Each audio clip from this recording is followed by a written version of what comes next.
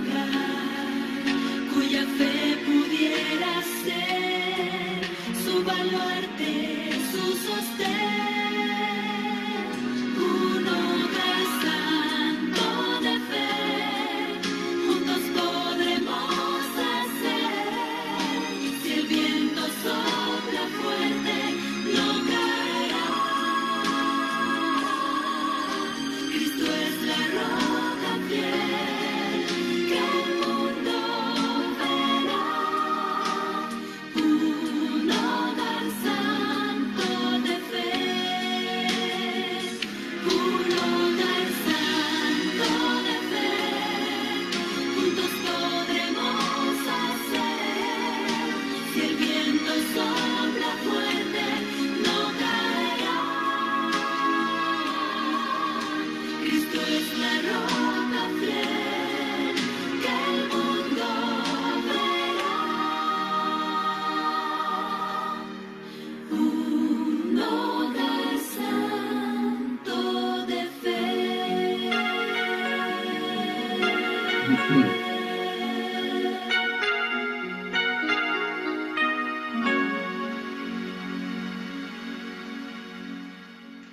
Tengo un versículo para compartir con ustedes y que creo que es un desafío para cada matrimonio, para cada familia. Dice en 1 Corintios capítulo 2, versículo 16. 1 Corintios capítulo 2, versículo 16.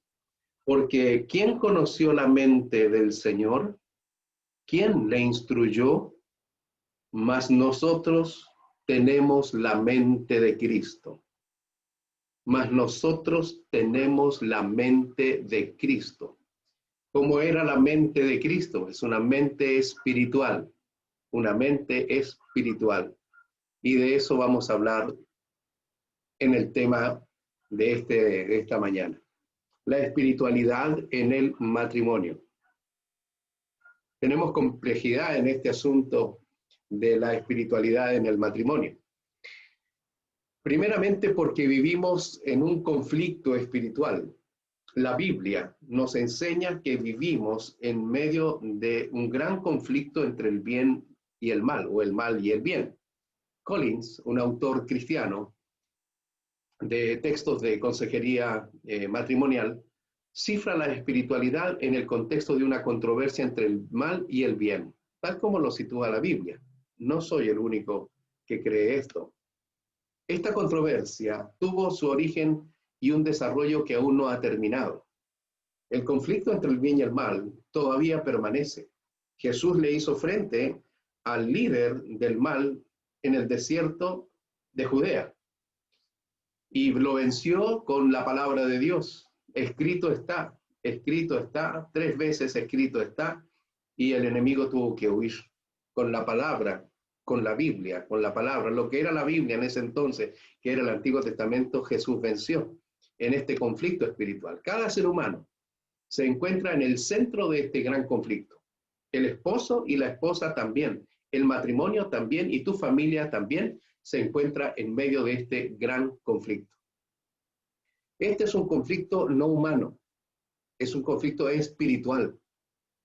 Espiritual. En Efesios capítulo 6, versículo 12, nos dice que la Biblia, Gary Collins, nos dice que la Biblia no describe la espiritualidad cristiana como una lucha contra carne y sangre, según Efesios, sino contra principados, contra potestades, contra gobernadores de las tinieblas de este siglo, con las huestes espirituales de maldad en las regiones celestes. La lucha de los seres humanos no es contra seres humanos de carne y sangre, sino contra huestes espirituales que están alertas para destruir el hogar cristiano. Por lo tanto, todo matrimonio es parte de este conflicto. Está en medio de este conflicto entre el bien y el mal, del cual nosotros no tenemos responsabilidad directa porque no lo ocasionamos. Sin embargo, somos parte de este conflicto porque vivimos en este mundo, en este planeta. Primera de Pedro 5, 8 y 9 dice: los matrimonios que desean vivir de acuerdo con la norma divina son objeto de la gran controversia espiritual entre el bien y el mal. Sed sobrio, dice Primera de Pedro. Sed sobrios y velad, porque vuestro adversario, el diablo, como león rugiente, anda alrededor buscando a quien devorar, al cual resistir firmes en la fe, sabiendo que los mismos padecimientos se van cumpliendo en vuestros hermanos en todo el mundo. Definitivamente estamos en un conflicto espiritual, somos parte de ese conflicto y nadie, absolutamente nadie, y ningún matrimonio está excluido de este conflicto espiritual. Es inclusivo, estamos todos comprometidos e involucrados porque somos criaturas de Dios. Por lo tanto, los padres de la humanidad debían asumir un rol práctico en su vida espiritual, compañerismo con Dios. Cuando Dios crea al ser humano, lo creó para compartir con el ser humano.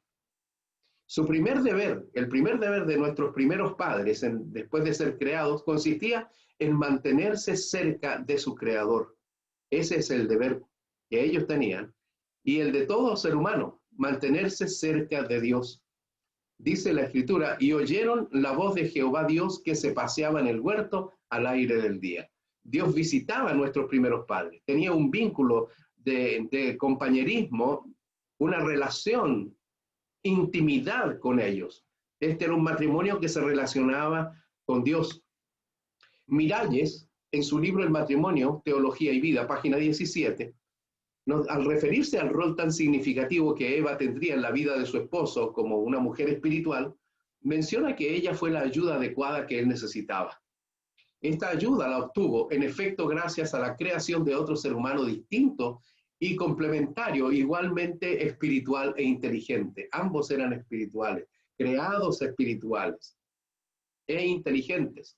Por lo tanto, digno de amar y con la capacidad de corresponderlo, realizando así una verdadera y profunda comunión afectiva. La espiritualidad resulta en una profunda comunión afectiva. Recordemos que la temática de toda esta semana ha sido la satisfacción matrimonial. Y la satisfacción matrimonial está vinculada al desarrollo espiritual del esposo y de la esposa. El matrimonio es espiritual porque Dios lo es. Dios lo es. Dios es el autor y Dios es espiritual. Es imposible enajenar del matrimonio el elemento espiritual porque su creador es espiritual.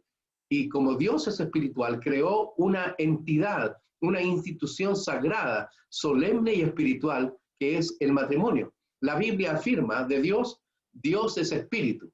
Juan 4:24, Dios es espiritual. Por lo tanto, Él creó al ser humano espiritual y el matrimonio es una institución espiritual que debe ser nutrida espiritualmente para que pueda experimentar una mayor satisfacción conyugal, matrimonial. La espiritualidad del matrimonio está enmarcada en esta declaración del Génesis. ¿Recuerdan que lo vimos casi los primeros días de este seminario? Génesis 1:31. Después de que Dios termina la creación, evalúa, y vio Dios todo lo que había hecho, y he aquí que era bueno en gran manera, lo cual significa que la espiritualidad del matrimonio es buena en gran manera. Incluye esta declaración el elemento espiritual inherente al matrimonio creado y bendecido por Dios. Es decir, entonces, que en el marco de esta declaración, vio Dios todo lo que había hecho, y he aquí que era bueno en gran manera. El matrimonio es bueno en gran manera y la espiritualidad matrimonial es buena en gran manera para alcanzar la satisfacción genuina y verdadera en la relación matrimonial. Un matrimonio espiritual es bueno en gran manera. Dios declaró que todo lo que había hecho era bueno en gran manera. Por lo tanto, conservar y cultivar la espiritualidad en la vida matrimonial, amigos y amigas, también es bueno en gran manera. Cultivar y desarrollar la vida espiritual individual y como pareja, pero individual, primero individual, es bueno en gran manera. Cuando alguno comienza a cojear en la vida espiritual, o ambos comienzan a cojear en la vida espiritual, a fracasar, ese matrimonio jamás podrá alcanzar la satisfacción matrimonial. Estarán casados, pero no disfrutarán de la satisfacción matrimonial que conlleva la espiritualidad en esta institución creada por Dios. Esta es una responsabilidad individual. Tu esposo, tu esposa, debes cultivar tu vida espiritual si quieres hacer feliz verdaderamente a tu cónyuge y ser feliz también tú. Tanto el esposo como la esposa deben desarrollar su espiritualidad de manera individual, cada día, para que siguiendo la verdad en amor, crezcamos en todo, en aquel que es la cabeza, esto es Cristo, dice Efesios capítulo 4, versículo 15. La meta del crecimiento espiritual es llegar a tener una mente como la de Jesús, una mente espiritual. Todavía estamos muy lejos, hay mucho camino que recorrer, pero es posible crecer cada día por la influencia de quien es el vicario de Cristo en la tierra, su Santo Espíritu, de quien estudiamos el día de ayer. Esto, hermanos, hermanas, amigos, amigas, esto es un asunto personal que implica una responsabilidad individual. Es decir, yo debo ser responsable con mi matrimonio, debo ser responsable con mi vida espiritual y debo ser responsable con mi cónyuge, cuidando mi vida espiritual, porque eso me permitirá tener una percepción de mi cónyuge como Dios la tiene. Veré a mi cónyuge como Dios la ve. Tú verás a tu cónyuge como Dios lo ve, con los ojos del Señor, porque eres espiritual. La falta de espiritualidad afecta la relación y la satisfacción matrimonial. En 1 Corintios capítulo 3, versículo 1, dice el apóstol Pablo, de manera que yo, hermanos, no pude hablaros como espirituales. ¿Cuál era la intención de Pablo? Hablarle a los hermanos como espirituales. El apóstol Pablo expresó su preocupación por la falta de espiritualidad que habían los miembros de la iglesia de Corinto, donde él escribió esta carta. ¿Y a quién le está escribiendo? A las familias, a los matrimonios, a los hermanos. La iglesia está constituida por familias, por matrimonios, por hermanos y hermanas. Entonces, el apóstol se encuentra aquí con un problema, una gran falta de espiritualidad. Y él dice, yo no pude hablarles a ustedes como a espirituales, porque aún son niños. ¿Y qué implicaba esto de que eran aún niños? Voy a leerles por qué el apóstol Pablo les dice que no pudo hablarles como espirituales. Dice en 1 Corintios capítulo 3, porque aún sois carnales, 1 Corintios 3:3, porque aún sois carnales, pues habiendo entre vosotros celos, contiendas y disensiones, no sois carnales y andáis como hombres, es decir, no son espirituales. Hay pleitos, celos, contiendas. Pueden surgir contiendas, pero una mujer y un hombre espiritual solucionan sus contiendas de la mano de Dios. Primero buscan a Dios solo y después buscan el momento. Dios proveerá el momento para sentarse a conversar con madurez, como veremos más adelante. La espiritualidad es lo primero en la vida matrimonial, es lo primero. Esto es un asunto personal que implica una responsabilidad individual. Asisten juntos a una iglesia. Un matrimonio espiritual asiste junto a una iglesia. Cualquiera que ésta sea, pero asiste a una iglesia. Preferentemente los sábados a la iglesia adventista del séptimo día, porque entendemos que el sábado es el día de adorar, según lo enseña la Biblia. Asisten juntos a una iglesia. Cuando es necesario un matrimonio espiritual, busca el consejo de un ministro o de un profesional en el área matrimonial, porque son espirituales. Están de acuerdo en que su relación ocupa un lugar relevante en la escala de su jerarquía. Para un matrimonio espiritual, su relación es importante y la cuidan, la relación matrimonial, y ambos buscan a Dios. Ambos buscan el camino de encontrarse con Dios. Por lo tanto, hay una rutina espiritual matrimonial. Varela y Mark, dos autores cristianos de consejería matrimonial, establecen que ambos cónyuges deben cultivar su espiritualidad siguiendo una rutina diaria. Y para lograrlo sugieren la siguiente estructura. Esta es una sugerencia que nos hacen estos consejeros, Varela y Mark. Hay otras también y yo tengo otras que proponer. Pero, por ejemplo, dicen hacer una lectura del texto bíblico, meditar en el texto, orar, contemplar y comprometerse con el mensaje extraído del texto bíblico. Esa es una. Yo podría decir, conságrate a Dios cada mañana, como dijo Elena de White, y haz de este tu primer trabajo. Yo propuse a la iglesia al iniciar este año la lectura de 3 capítulos todos los días y 5 los días sábados, lectura de la Biblia. leer un buen libro del espíritu de profecía, un libro de Elena de White que tenga relación con lo espiritual. Todos tienen un vínculo con lo espiritual, pero estudiar la cartilla de escuela sabática, en fin, la oración matinal, al mediodía, por la noche, en cualquier lugar donde estamos, la comunión con Dios, el asistir al culto, a todos los cultos, no algunos. Todo esto pues propende a que el matrimonio se mantenga unido en una actitud hacia lo espiritual, en la vida espiritual. La espiritualidad conyugal, un cristiano maduro o una cristiana madura, manifestará su madurez en todas sus relaciones, especialmente si se trata de su cónyuge. Actuará con madurez hacia su cónyuge. 1 Corintios 14:20, Pablo escribió: hermanos, no seáis niños en el modo de pensar, sino sed niños en la malicia.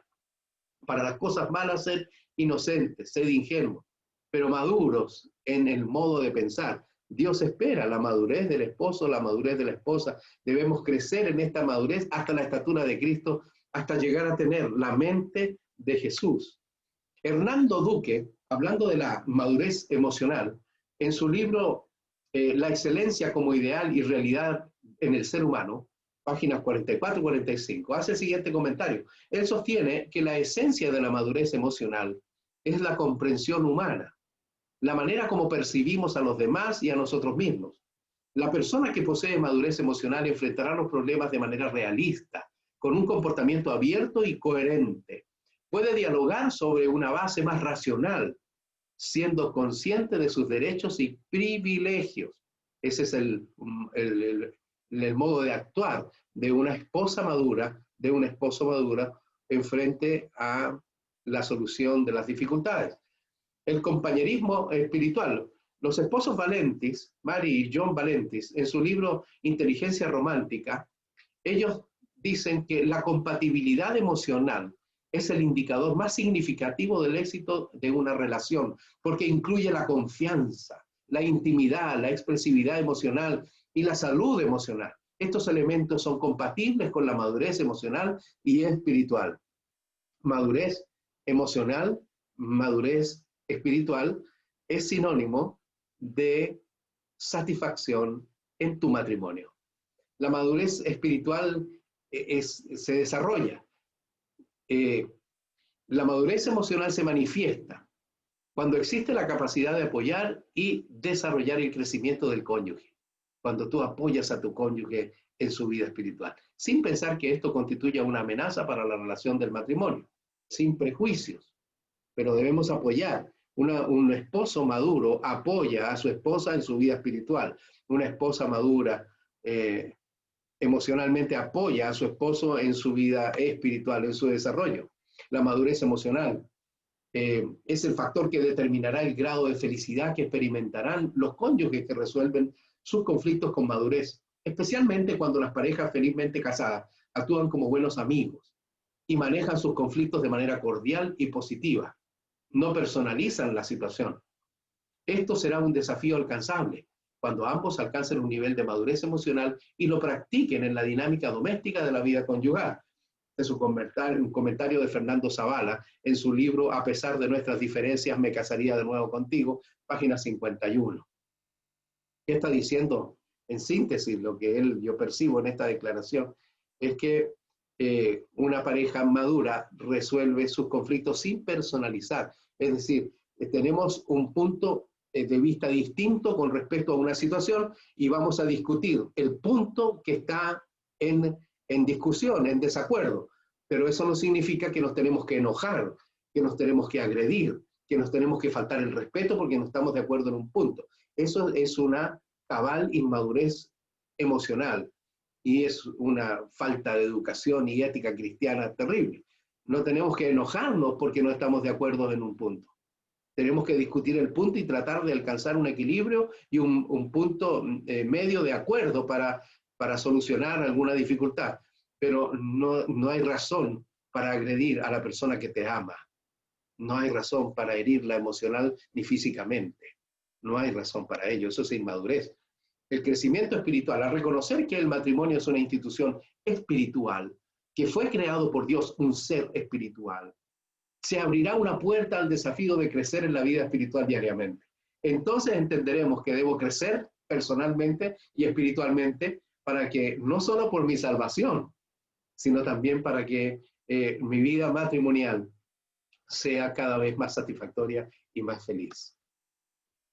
La espiritualidad conyugal, comenta Iserte en su libro El matrimonio de éxito, página 24. La espiritualidad conyugal da paso a la comunión conyugal. De este modo se aspira a un aire de comunión interpersonal que favorece grandemente la comunión con otros seres humanos y con Dios. La espiritualidad conyugal da paso a la comunión conyugal. Lo espiritual da paso a la comunión y la comunión da paso a la satisfacción matrimonial. ¿Qué es más hermoso? ¿Qué experiencia más hermosa que haya comunión afectiva y comunión espiritual? Y en todo sentido, en la intimidad con la persona que te ama y a la que tú amas. La transformación espiritual de la mente es un proceso que tiene como ideal la semejanza con Jesús. Así lo expresó el apóstol Pablo en el texto que les leí al principio. ¿Quién conoció la mente del Señor? ¿Quién le instruirá a él? Más nosotros tenemos la mente de Cristo, una mente espiritual. Una esposa con una mente espiritual como la de Jesús, un esposo con una mente espiritual como la de Jesús, entonces están en la antesala de una mayor y creciente satisfacción en su vida conyugal y matrimonial. Están en un crecimiento espiritual. Cada día la esposa y el esposo debieran ocupar tiempo en asegurar que este proceso se esté llevando a cabo en su vida espiritual. ¿Cómo? Para lograrlo, el Espíritu Santo da a los cónyuges el siguiente mandato. Romanos 12:2. No os conforméis a este mundo, a este siglo, a este tiempo, sino transformaos por medio de la renovación de vuestro entendimiento. La mente tiene que ser transformada y lo que transforma la mente es el contacto con la palabra de Dios. Jesús en San Juan 17:17 dijo, santifícalos en tu verdad.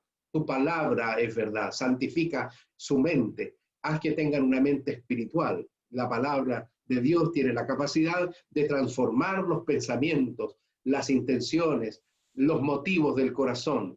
Transforma al esposo, transforma a la esposa. Por eso es que cada día, la esposa y el esposo debieran ocupar tiempo en asegurar que este proceso se esté llevando a cabo en su vida espiritual. Asegurémonos de que estamos llevando a cabo este proceso en nuestra vida espiritual.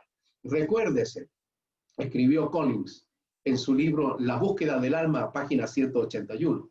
Recuérdese que una vida de santidad es una vida llena de amor. Eso es santidad. No es excluirse, apartarse, abandonarse e irse a un monasterio a las montañas, lejos del mundanal ruido, como escribió el poeta. No. Recuérdese que una vida de santidad es una vida llena de amor. Los cristianos que están creciendo espiritualmente son quienes se asemejan más a Cristo y se asemejan más a una vida de santidad. Aquellos que están creciendo constantemente. Nuevamente Collins nos dice en su mismo libro, página 180, la espiritualidad es un proceso constante de desarrollo continuo y que crece durante toda la vida. Es decir, por eso es que el estar casado es tan emocionante, porque demanda una responsabilidad individual con mi espiritualidad, mi vida espiritual y mi relación con Dios. Cada esposa, cada esposo la tiene. Y como la espiritualidad es creciente y permanentemente se desarrolla, no hay límite ni para la espiritualidad y tampoco para la satisfacción matrimonial. Estamos en el umbral de una experiencia maravillosa cuando hacemos de Dios el centro de nuestra experiencia matrimonial. Además de buscar la espiritualidad cada día individualmente, Smalley y Cunningham sugieren que también lo hagan juntos, de manera regular, orando juntos, comentando lo que han aprendido a solas con Dios y buscar espacio para compartir y orar en cualquier lugar en el hogar o fuera de él. Este comentario se encuentra en el libro Amor Verdadero, página 209, de Smalley y Cunningham.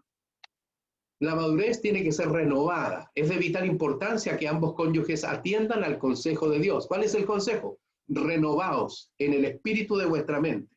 Cada día, conságrate a Dios y haz de este tu primer trabajo. Conságrate a la palabra de Dios. Pasa un momento temprano con la palabra de Dios para que la mente de esa esposa, la mente de ese esposo sea renovada por la palabra de Dios. Belz, en su libro Disciplinas Diarias para el Hombre Cristiano, página 68, nos dice que la mente es el centro del control de nuestra vida. Escogemos la forma como vamos a vivir utilizando la mente. Toda conducta comienza en esta área de nuestra vida interna, en nuestra mente. Por lo tanto, tenemos que renovar nuestra mente cada día. Conságrate a Dios cada mañana. Haz de este tu primer trabajo, esposa y esposo. Porque la espiritualidad bien entendida nos conduce a lo doméstico, a lo práctico. ¿Vieras? La santidad mal entendida, la espiritualidad mal entendida, hace que las personas se sientan mejores y más santas que otras y se aíslen de lo cotidiano porque son espirituales y porque son santos. Solamente pasan con la Biblia y pasan orando. ¿A dónde nos conduce una espiritualidad real, genuina? La espiritualidad práctica, la que vivió Jesús, inmerso entre las personas. Se debe descartar el pensamiento de que la espiritualidad enajena al individuo de la realidad práctica. Jamás, jamás. Aun cuando su práctica implique el apartarse momentáneamente, temporalmente de las demás personas para orar, reflexionar y meditar, siempre albergará como resultado el regreso a la interacción con la comunidad. Es decir, nos apartamos para tener momentos a solas con Dios, momentos espirituales para cargar las baterías del corazón y de la mente, renovar nuestra mente, espiritualizar nuestra mente, pero luego volvemos a la realidad, nos involucramos con la realidad académica, con la realidad laboral, con la realidad de la familia, del trabajo, la interacción con los demás. La espiritualidad es compartida. Ese es el ejemplo que dio Jesús. Él siempre regresó de la soledad a las masas. Se involucró e interactuó con ellas. Así también sucederá en el ámbito de la relación matrimonial, según Collins comenta en su libro La búsqueda del alma, página 173. La espiritualidad es doméstica, se manifiesta en lo doméstico. La espiritualidad no descarta el compromiso de vincularse en los aspectos prácticos de la vida. Un esposo espiritual lava los platos. Una esposa espiritual comparte las cuentas con su esposo porque son espirituales. ¿Me entienden? A lo que quiero llegar es que la verdadera espiritualidad se manifiesta en los aspectos prácticos de la vida y en lo doméstico. Quiero mostrarles este ejemplo. Una espiritualidad cotidiana. La Biblia enseña que la vida espiritual no desconoce las responsabilidades domésticas que forman parte del devenir de la vida matrimonial cotidiana, y cumplirlas también implica espiritualidad. Y ahí tenemos un señor que está barriendo la casa porque él es muy espiritual, una esposa que está cocinando y trabajando en la cocina porque es muy espiritual. Ahí tenemos a un señor que está planchando sus camisas y su ropa porque es espiritual.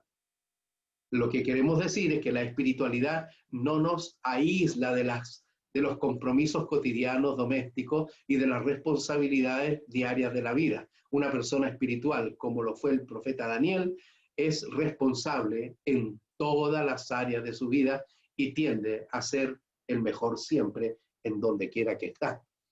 Este comentario de Elena de White del libro Testimonios para la Iglesia, volumen 9, página tercer tomo, página 90, dice así, noten cómo se expresa aquí con respecto a lo de la espiritualidad. Todas las tareas que cumplimos y que son necesarias, ya sea lavar los platos, poner la mesa, atender a los enfermos, cocinar o lavar, son de importancia moral. Es una inmoralidad no colaborar con los quehaceres de la familia en el hogar. Todos deben colaborar. Nadie está tan cansado que no pueda colaborar, especialmente cuando la esposa trabaja fuera del hogar y llega de su trabajo a hacer un doble trabajo en el hogar. Es moral, de importancia moral, colaborar en los quehaceres de la familia, en los aspectos domésticos, para que el hogar, la casa donde todos viven, donde todos vivimos, se maneje ordenada y limpia como Dios le gusta. Y mientras no podamos desempeñar estos deberes con alegría y felicidad, no estamos listos para llevar a cabo otros deberes mayores y superiores. Las tareas humildes que se nos presentan a diario, deben ser hechas por alguien. Y los que las cumplen deben sentir que están haciendo un trabajo necesario y honorable y que al cumplir su misión, por humilde que sea, realizan la obra de Dios tan ciertamente como el ángel Gabriel cuando era enviado a los profetas. Noten lo que es espiritualidad desde el punto de vista bíblico y desde el punto de vista de Elena de White, nuestra consejera y nuestra profeta. Responsabilidad personal ante la espiritualidad. Cada cónyuge tiene el deber ante Dios de cultivar su vida espiritual cada día. Esta práctica ayudará a crear un ambiente de mayor satisfacción en el matrimonio, que es lo que estamos buscando. Zavala, en su libro A pesar de nuestras diferencias, me casaría de nuevo contigo, en la página 145 comenta: los esposos reconocen que su relación está incompleta sin la bendición divina. Por ello, crecen en el conocimiento de Dios y de su palabra. Cada uno entiende que parte de su compromiso matrimonial incluye apoyar a su pareja en su desarrollo espiritual, de modo que Cristo llegue a ser el centro de la vida de ambos. Para eso se requiere una humildad mutua. La humildad es una virtud que determinará en gran manera la orientación que tome la relación entre los cónyuges. Jesús mismo aconseja a sus seguidores diciendo: aprended de mí, que soy manso y humilde de corazón, y hallaréis descanso para vuestras almas. Hallaréis descanso en vuestro matrimonio, diría yo también, podríamos parafrasearlo, ¿verdad? La humildad es una condición indispensable para que haya satisfacción en la vida matrimonial. Los cónyuges deben ser humildes el uno con el otro, basados en el amor. La humildad, cuando existe en un matrimonio, produce paz. Fenoy y Abad, dos autores cristianos de textos de consejería matrimonial, hablando de la práctica de la humildad en el matrimonio, dicen, en su libro Amor y Matrimonio, página 287, dicen: la humildad es un gran medio para ser santos, vivir contentos y dar alegría alrededor. Es una virtud muy relacionada con la obediencia. Sin humildad no hay obediencia. Y ese es uno de los temas que vimos esta semana, la obediencia a los mandamientos de Dios en la vida matrimonial, cómo influyen en la satisfacción matrimonial. La obediencia no puede ser subestimada nunca, nunca. A Dios le gusta la obediencia. El amor se debe expresar entonces en palabras y actos. Elena de White hace el siguiente comentario en el libro Testimonios para la Iglesia, volumen 9. Ame y honre y halague a su esposa. ¿Qué debemos hacer los maridos? Amar, honrar y halagar a su esposa en cumplimiento del voto matrimonial. ¿Qué significa halagar a su esposa? Decirle cosas bonitas a la esposa. Cosas bonitas y simpáticas, agradables, que la hagan sentir bien. Dejad que una mujer se dé cuenta de que su esposo la aprecia y de que es preciosa para él, no simplemente porque es útil y conveniente en la casa, sino porque es una parte de él mismo, y ella responderá a su afecto y reflejará el amor que se le brinda. Una esposa que es amada reflejará y retribuirá en actos de amor y afecto a su marido, también con amor. Qué linda declaración, me encantó esta declaración a mí y quise compartirla con todos ustedes, esposas y esposos que están ahí al frente y que me acompañan en este seminario, en este tema final. Dejad que una mujer se dé cuenta de que su esposo la aprecia, que es importante para él, que es valiosa, que es linda para él, y entonces ella responderá a su afecto y reflejará el amor que se le brinda en palabras y actos. La humildad trae satisfacción, hermanos. ¿Quién, siendo orgulloso, puede decir que está realizado o realizada? Nadie. Pero la humildad trae satisfacción. Este es amor práctico, manifestado en términos espirituales. La humildad es uno de los factores determinantes que influyen poderosamente en el desarrollo de la satisfacción matrimonial. Seamos humildes. Cuidemos nuestra relación con Dios. Seamos espirituales. Cultivemos una mente como la de Jesús. Cada día conságrate a Dios y experimentarás una mayor satisfacción en tu matrimonio. Dios te bendiga. Fue allí al comenzar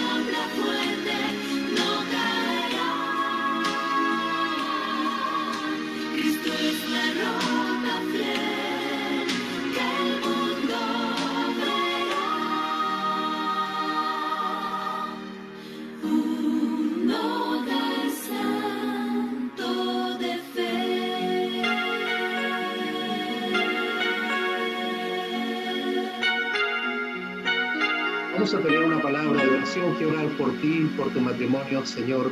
Bendice los matrimonios de nuestra iglesia. Bendice a nuestros amigos y amigas casados, a los que están por casarse, que la vida espiritual prevalezca en la vida conyugal y que una creciente satisfacción matrimonial pueda ser experimentada por cada matrimonio que te busca de todo corazón. Bendícelos en el nombre de Jesús. Amén. Que el Señor les bendiga. Ha sido muy grato.